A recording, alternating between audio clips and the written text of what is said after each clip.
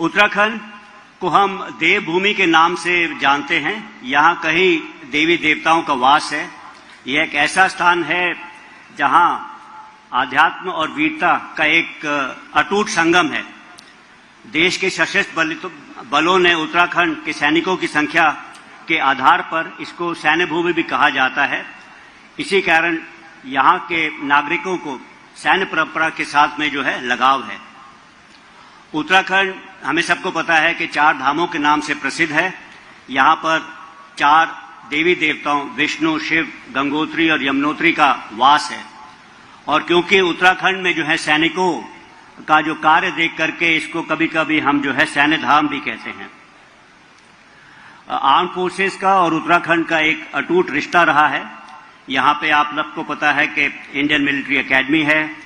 इसके अलावा जो है उत्तराखंड के अंदर एक ही राज्य है जहाँ पे जो उनके जो रेजिमेंटल सेंटर्स हैं जो है रिक्रूटमेंट एरियाज के अंदर स्थापित हैं। बहुत कम ऐसी रेजिमेंट्स हैं गढ़वाल या कुमाऊं को छोड़ करके जो कि उनके सेंटर्स उनके रिक्रूटमेंट एरियाज के अंदर हैं। तो ये एक अच्छी चीज़ है और ये जो है क्योंकि यहाँ के लोगों का जो काफ़ी बड़ा योगदान रहा है उसके कारण है।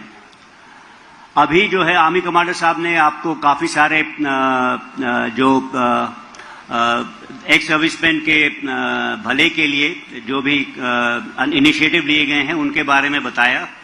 कुछ और छोटी मोटी चीज़ें हैं जो मैं और बताना चाहता हूँ। सबसे पहला जो है सीमावर्ती स्टेट्स जो हैं जैसे सिक्किम और अरुणाचल प्रदेश, लद्दाख का इलाका जो है वो कोऑपरेटिव सोसाइटीज जो वहाँ पे ऑपरेट करती हैं उनसे जो है सेना जो है अपने खाद्य पदार्थों का पूर्ति करती है। वैसा ही कार्यक्रम हम उत्तराखंड में शुरू करने जा रहे हैं। और अभी के लिहाज से जो डेयरी प्रोडक्ट्स हैं और एनिमल हस्बेंड्री प्रोडक्ट्स हैं हम जो है उत्तराखंड की कोऑपरेटिव सोसाइटी से ले रहे हैं। और आने वाले समय में हमारे जो फ्रेश राशंस भी हैं हम नेगोशिएटेड कॉन्ट्रैक्ट से उत्तराखंड की जो है कोऑपरेटिव सोसाइटी से लेंगे। इससे यहाँ के लोगों का फायदा होगा। इसके अलावा हम लोग पलायन की बात करते हैं उत्तराखंड में। और मैं पहली रिटायरमेंट के बाद में एक बार हर्सिल गया था तो वहाँ पे नीलांग और जडांग के लोग भी रहने वाले हैं। उन्होंने मुझसे रिक्वेस्ट की थी कि हम लोग को जो उनका पैतृक गांव है जहाँ पे उनके देवी देवताओं का वास है उनको वापस विस्थापित लोग थे वो लोग 72 की लड़ाई के बाद 62 की लड़ाई के बाद में। और उनको वो उनका ये आग्रह था कि उनको वापस वहाँ पे उनके गाँवों में ले जाया जाए। तो काफ़ी कोशिशों के बाद में मेरे ख्याल से उसके ऊपर भी हमें सफलता मिली है और एक ये अच्छा इनिशिएटिव रहा है सेना का। इसके अलावा वेटरन वेलफेयर के लिए हमारे पास एक एक्स सर्विसमैन वेलफेयर डिपार्टमेंट है और इसके अनुसार काफ़ी सारी सुविधाएं और मॉडर्न फैसिलिटीज़ आप लोग को दी जा रही हैं। इसके अंतर्गत ECHS है। ECHS के अंदर मैं आप लोग को बताना चाहता हूं कि पौड़ी, रायवाला और विकासनगर में 3 नए ECHS पॉलीक्लिनिक का अनुमोदन या स्वीकृति दे दी गई है। और क्लेमेंट टाउन और चंपावत के पॉलीक्लिनिक्स को अपग्रेडेशन करने का केस भी मंत्रालय में विचाराधीन है। होपफुली ये दोनों चीज़ें भी आ जाएंगी। इसके अलावा एक्स सर्विसमैन वेलफेयर स्कीम में ECHS के अंदर 70 वर्ष से अधिक आयु के वेटरन्स के लिए दवाओं का होम डिलीवरी की स्वीकृति भी दी गई है।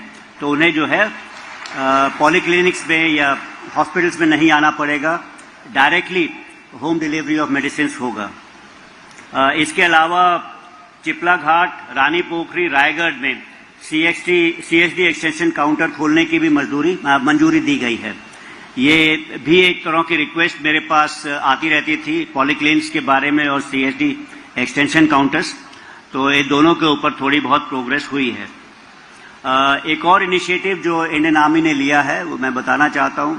ज़्यादातर यहाँ पे लोग सेना से हैं और हम सबको पता है कि काउंटर इंसर्जेंसी के इलाकों में हमने ऑप सद्भावना चलाते हैं JNK के अंदर और नॉर्थ ईस्टर्न स्टेट्स के अंदर। अभी ये ऑपरेशन सद्भावना जो है इसकी मुहिम हम अपने नदर्न बॉर्डर्स में चला रहे हैं जिसमें उत्तराखंड और हिमाचल प्रदेश शामिल है। और पिछले कुछ 2 वर्षों में 2 वर्ष हो चुके हैं तो काफ़ी सारी स्कीम्स जो है बॉर्डर एरियाज में हम लोग ने इम्प्लीमेंट की है। तो इससे जो है बॉर्डर एरियाज को हम जो है गवर्नमेंट का वाइब्रेंट विलेज प्रोग्राम है उसके साथ में जोड़ेंगे। आज की जो ये रैली है इसका सफल आयोजन के लिए मैं उत्तराखंड सबेरिया उनका धन्यवाद देना चाहता हूं, और जो ये स्कूटर्स वितरण के लिए जो काम किया है इसके लिए मैं गढ़वाल राइफल सेंटर का भी जो है बहुत बहुत धन्यवाद देना चाहता हूं। इसके लिए मैं गढ़वाल राइफल सेंटर का भी जो है बहुत बहुत धन्यवाद देना चाहता हूं। वेटरन वेलफेयर के बारे में मैंने बताया, आर्मी कमांडर साहब ने भी बताया, बट मेरा मानना है कि जब हम सेवानिवृत्त हो जाते हैं तब भी जो है हम अपनी वर्दी छोड़ दें, लेकिन हमारी जिम्मेवारियां हमारे साथ में रहती हैं। तो कुछ एक मेरे विचार हैं जो मैं आपके सामने रखना चाहता हूं। सबसे पहला है कि देश के भविष्य को आकार देने के लिए अत्यंत ही महत्वपूर्ण भूमिका आप सब लोग निभा सकते हैं। सोशल मीडिया में जब भी आपने अपने विचार या टिप्पणी रखते हैं तो ऐसी कोई नेगेटिव टिप्पणी ना रखें जिससे कि फौज का, आर्म फोर्सेस का जो है नाम बदनाम हो। इसके अलावा जो है हम लोग का, क्योंकि हमारे देश में मुझे ऐसा लगता है कि सामरिक विचार या स्ट्रैटेजिक थिंकिंग का थोड़ा सा अभाव है, तो इसमें जो है इस विचार को और ज़्यादा फैलाने के लिए वेटरन्स जो हैं किसी तरह से कोई तरह के थिंक टैंक या आपस में गोष्ठियाँ अगर करें तो ये देश को इसमें जो है फ़ायदा होगा। इसके अलावा काफ़ी सारे कैंपेन्स हैं गवर्नमेंट के, उसके साथ में अगर आप जुड़ सकते हैं जिससे कि आपके सोसाइटी को फ़ायदा होगा, जैसे से नो टू ड्रग्स, हर घर तिरंगा, बेटी बचाओ बेटी पढ़ाओ, मेरी माटी मेरा देश, और ये सब अगर हम कार्यक्रमों के साथ में जुड़ेंगे तो देश के निर्माण का एक हिस्सा हम फौज की वर्दी छोड़ने के बाद भी रहेंगे। आखिर में मैं एक और घोषणा करना चाहता हूं जो कि मुझे सबेरिया कमांडर ने अभी आने के पहले बताया कि देहरादून में अंदर कैंटीन के सामने हम लोग एक इंटीग्रेटेड वेटरन वेलनेस और सेवा केंद्र खोलने जा रहे हैं, जिसके अंदर जो भी सुविधाएं वेटरन्स की हैं, कैंटीन की है, ECHS की है या आपके पेंशन संबंधी चीजें हैं, एक ही स्थान पे आपको मिल पाएंगी।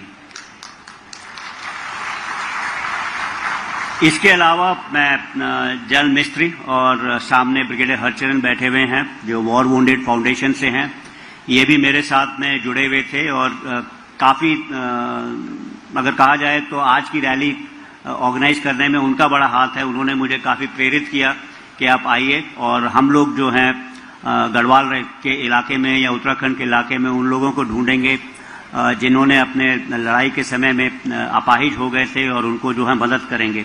तो मैं उन दोनों का भी जो है अपने धन्यवाद देना चाहता हूँ।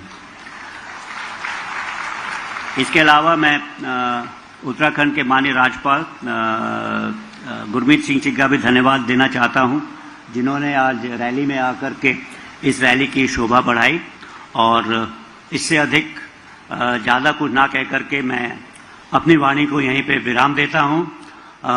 बहुत ही अच्छा लगा मुझे दोबारा देहरादून में आकर के। बहुत बहुत धन्यवाद ये शांतिपूर्वक सुनने के लिए। जय हिंद एंड थैंक यू। इसके लिए मैं गढ़वाल राइफल सेंटर का भी जो है बहुत बहुत धन्यवाद देना चाहता हूं। वेटरन 2021 में सेवानिवृत्त होकर के एज अ वेटरन देहरादून में ही सेटल हुआ था। इसके बाद वो अलग है, सरकार ने मुझे दोबारा काम करने के लिए बुलाया।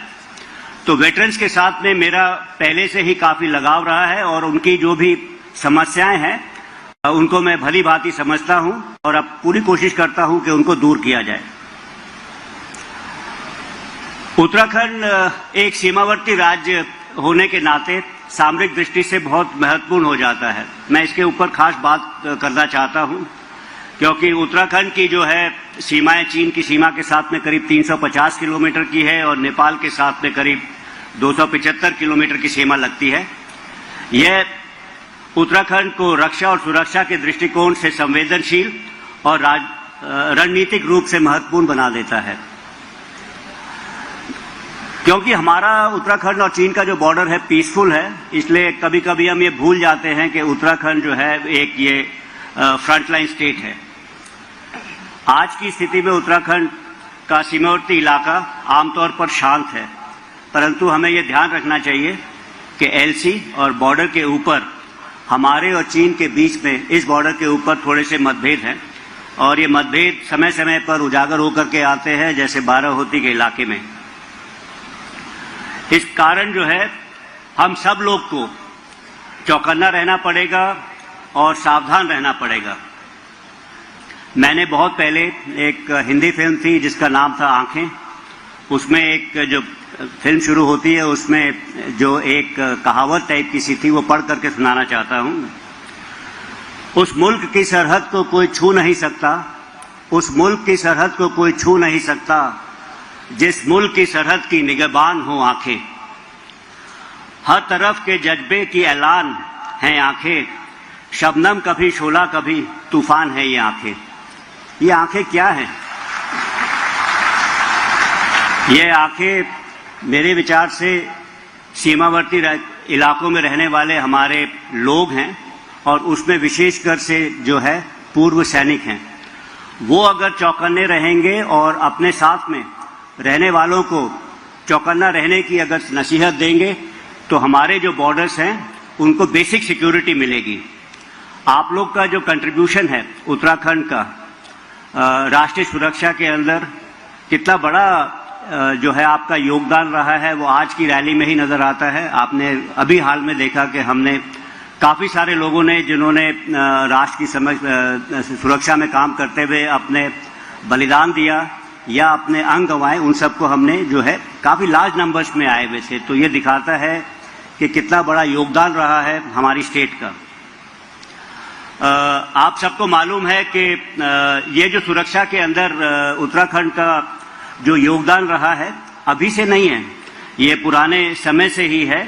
यह भूमि जो है तपस्या करने वाले ऋषियों को जो है उनको प्रोटेक्ट करने के लिए भी है। यहाँ के लोगों ने मदद की थी। विदेशों की हमलावर जब आए तो उनसे मुकाबला करने के लिए भी यहाँ से लोगों ने मदद की थी और ये चीज का सिलसिला अभी भी चलता आ रहा है।